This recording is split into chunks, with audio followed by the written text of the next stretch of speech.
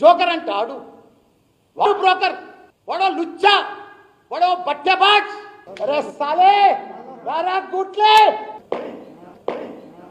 అరే సాలే రేవంత్. మాజీ మంత్రి మల్లారెడ్డి అల్లుడు మల్కాజ్గిరి ఎమ్మెల్యే మర్రి రాజశేఖర్ రెడ్డికి అధికారులు షాక్ ఇచ్చారు. దుండిగల్లోని చిన్నదామర చెరువుపై కట్టిన ఏరోనాటికల్ ఇంజనీరింగ్ కాలేజ్ లో అక్రమ కట్టడాలను కూల్చివేశారు. అయిందా బాగైందా, ప్రతిదానికి ఓవర్ ఎక్స్ప్రెషన్. అసలు వాళ్ళకి పరిపాలనే వస్తలేదయ్యా. సార్ కాలేజీకి పోతానికి తోవ చక్కగా లేదట. పాత గవర్నమెంట్ లో పవర్లు ఉండిరి, మళ్ళా మంత్రి గారాయే.